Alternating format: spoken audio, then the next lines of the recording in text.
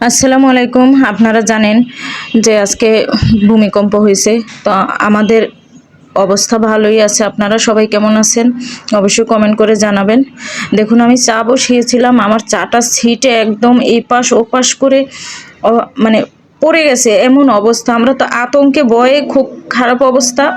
প্রথমে ভাবছিলাম হয়তো আমাদের বিল্ডিংয়েই সমস্যা, তো আশেপাশের চিল্লানি শুনে বুঝতে পারছি যে সমস্যাটা আমাদের নয়, ভূমিকম্প হইতেছে।